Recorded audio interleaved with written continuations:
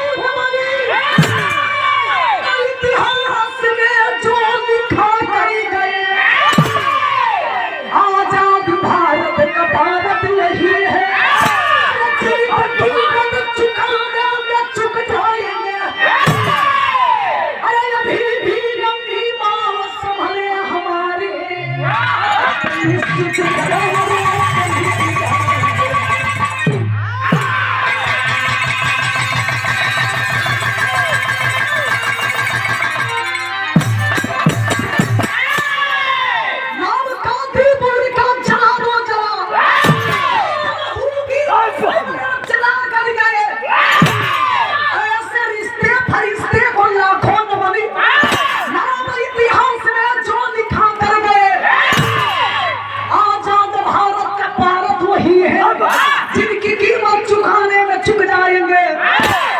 अगर पाँव अभी भी न संभले हमारे तो निश्चित कदारों से लुट जाएंगे। बिरहा के अंदर बड़ा सुंदर गजल के अंदाज देने बहादुर।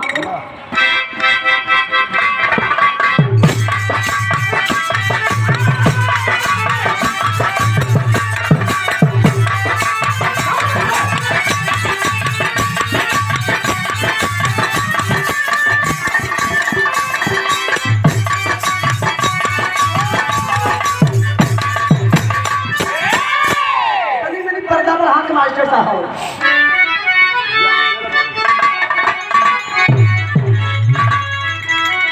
तमाम गजल तमाम कव्वाली आप लोग सुने नहीं, लेकिन अपने आप में ही अनोखा चीज मास्टर साहब संकेत के का अरे पिया जिसको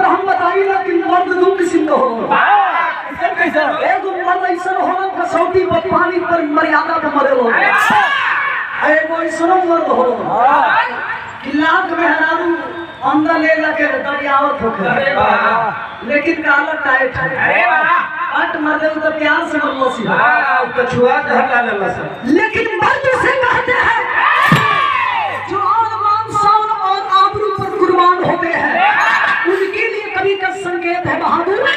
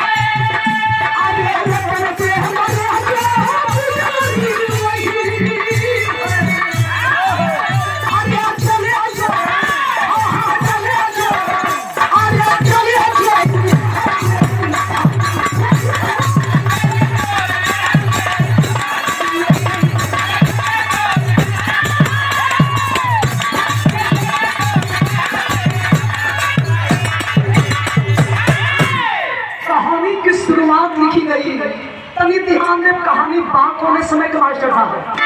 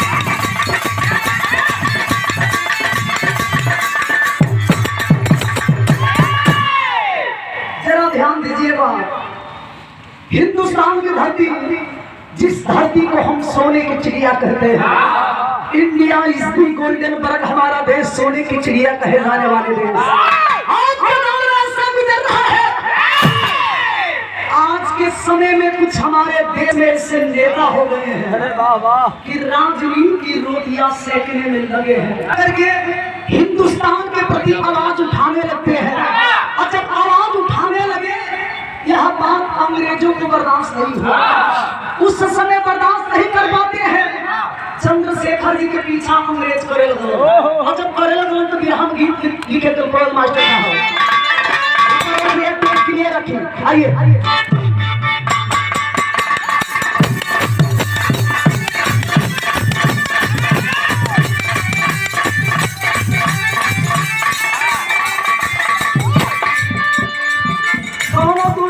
एडवांस जमाना में, एडवांस जमाना, आजकल के एडवांस जमाना में।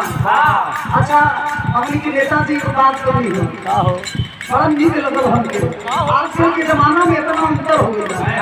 अच्छा, जब हम लड़का भी जन्म ले वही के कुछ देर दूध ना पिएगा तो चली, लेकिन तनकी से जहाँ होशियार भैया सब तो वहियों के स्क्रीन टच मोबाइल चाहते हैं। हई दुल्हन अपने दुल्हा से कहती है मास्टर साहब,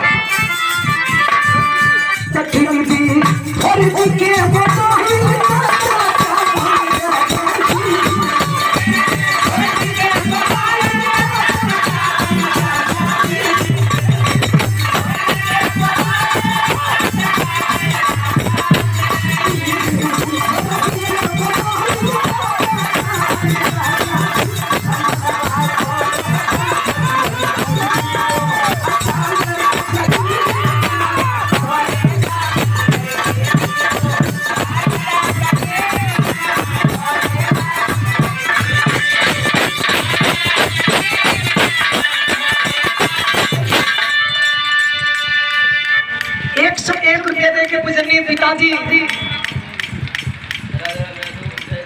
राजा राम यादव जी जयदेव गांव से जय गुरुदेव 100 रुपया दे के सम्मानित के लिए बनी। जय गुरुदेव यादव जी, बहुत बहुत प्रणाम। और ग्राम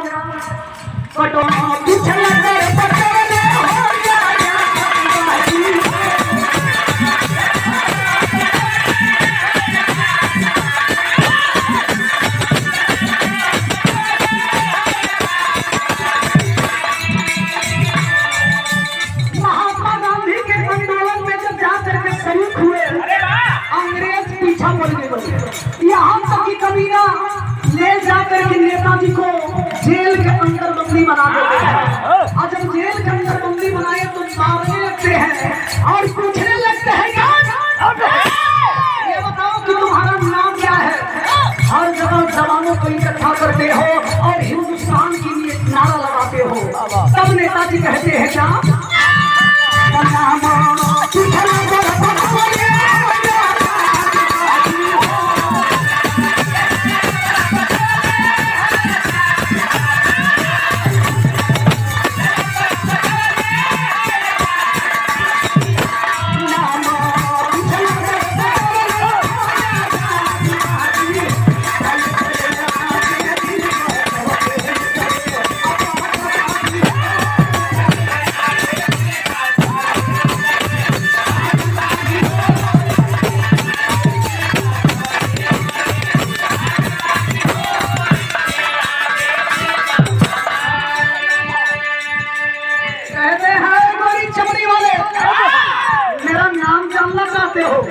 तो कान खोल करके सुन लो, मेरा नाम आजाद है और उस देश के रहने वाला हूँ जिस देश में दुनिया बहती है।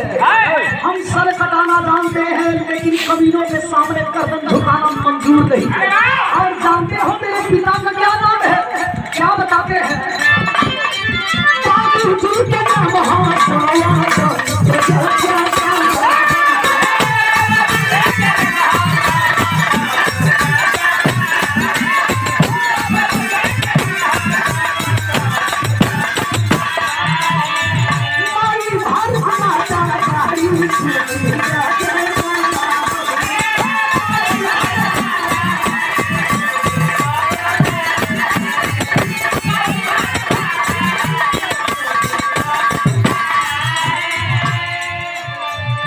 पिताजी का नाम है स्वतंत्र और माता का नाम है भारत माँ। और जानते हो मेरा घर कहाँ है? अंग्रेज नवाब हो जाते हैं तब बताते हैं नेताजी क्या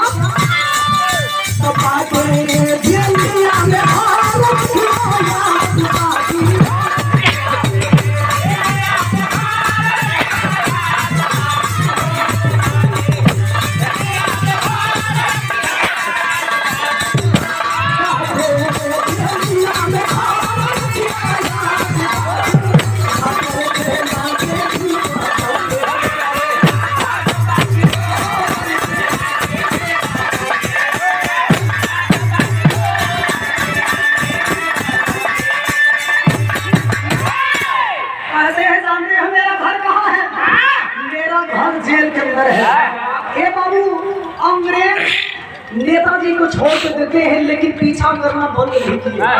उसी दिन से पीछा लग जाते हैं। जब नेताजी मीटिंग के लिए बनारस निकलने लगे तो बिरहा के अंदर गीत लिखना पड़ा।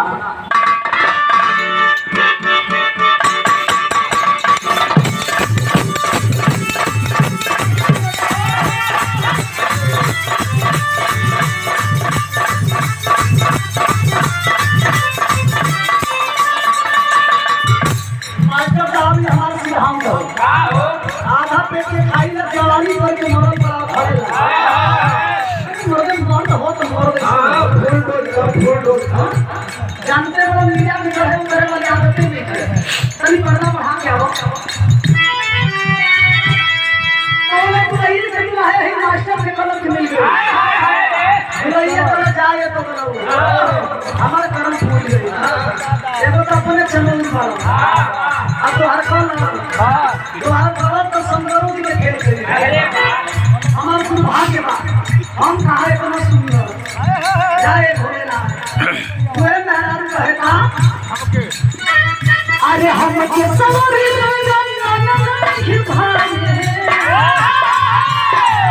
अरे हम के सवारी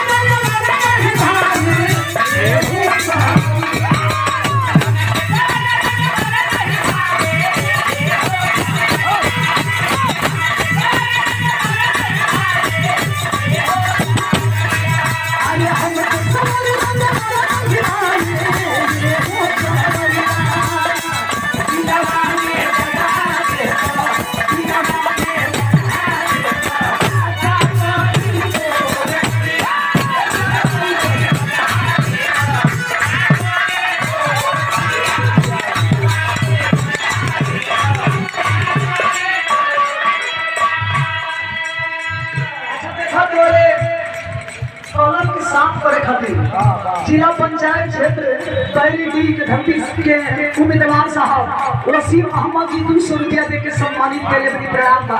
लिखना पड़ा क्या? अरे मीटिंग जरूरी है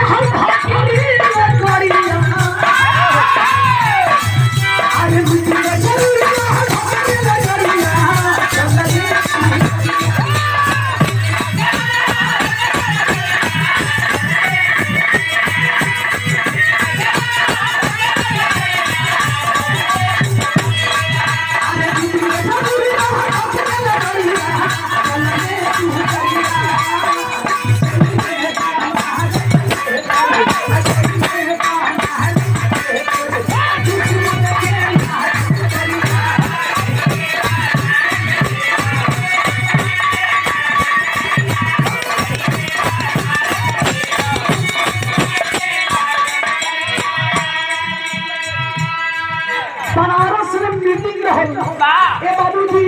जब ट्रेन पकड़ के बनारस के लिए निकलते हैं, अंग्रेज पीछा पड़ गई। आप पीछा करते करते जब बनारस में पहुंचो तो देखा जाओ कि नेताजी एक घर में घुसल, जौना घर में एक नर्तकी नाच गान का अपना प्रोग्राम कर रही थी। तबला के खनखनाहट और पाँव की पैजनी जब बजे लगे, नेताजी के कान में आवाज गई। दूर से ही बहन शब्द से संबोधित करते हैं और कहते हैं कि बहन मेरे पीछे पुलिस पड़ी है, मुझे बचा लो। तब हम नाचने वाली नर्तकी नेताजी से एक बात कहती है, फिर हम गीत बदल गए मास्टर साहब।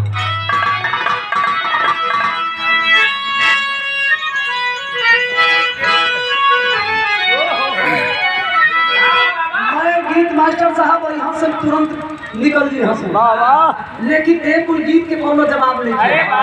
एक गीत के स्वर्गीय रामदेव गुरु जी जवानी के आलम में गाई है, हमनी के तो ना पहुंच गई, लेकिन कोशिश रहेगा। कैसे गाई बहादुर?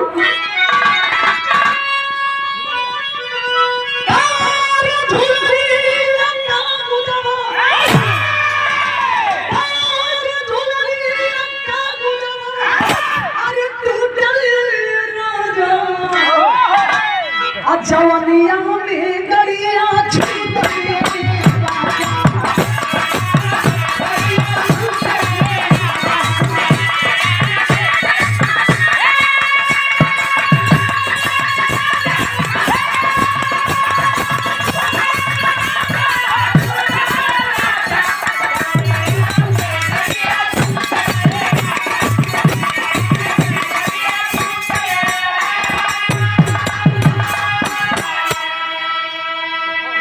नर्तकी को बहन कहते हैं कि मेरे पीछे पुलिस पड़ी है, बचा लो। तब वह नर्तकी नेताजी से बात कहती है क्या?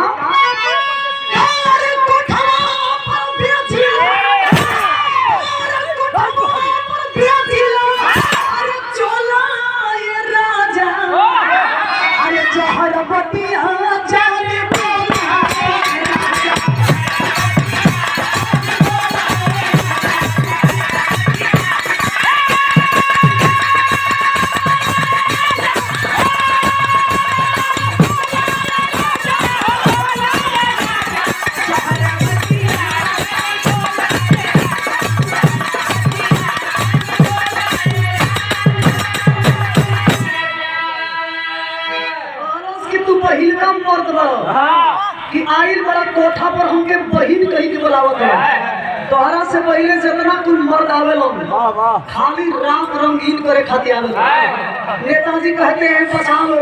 तब हम नर्तकी एक बात कहती है क्या? अरे हम आवे बनावे दुल्हन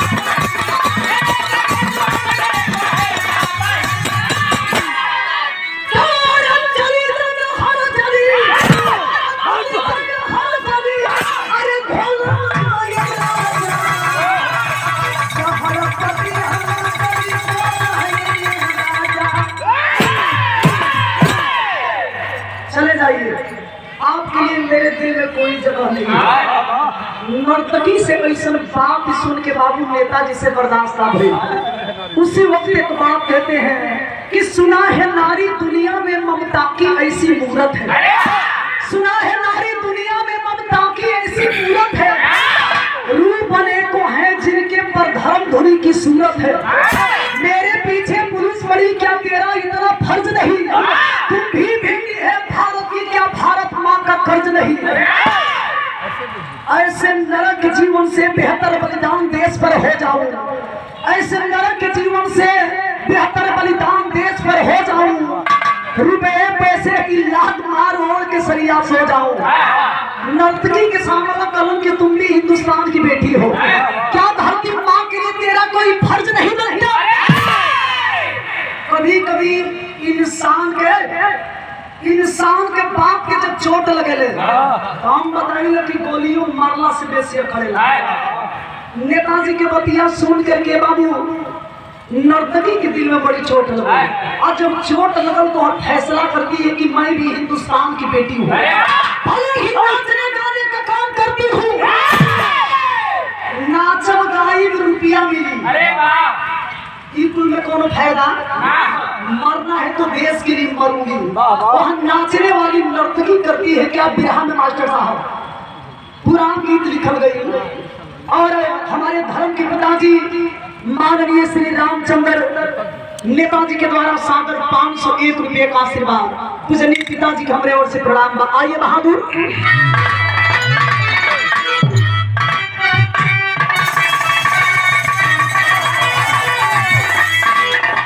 मास्टर साहब आई कुल देखो अगर बड़ा कुछ होता रेडीमेड पूरा होता है, वाह रेडीमेड, कोनो ढोड़िए में पानी भरे लगाता तो कोनो कुछ करे लगाता, लेकिन हर कुल गीत के जवाब लिखे कैसे बहादुर?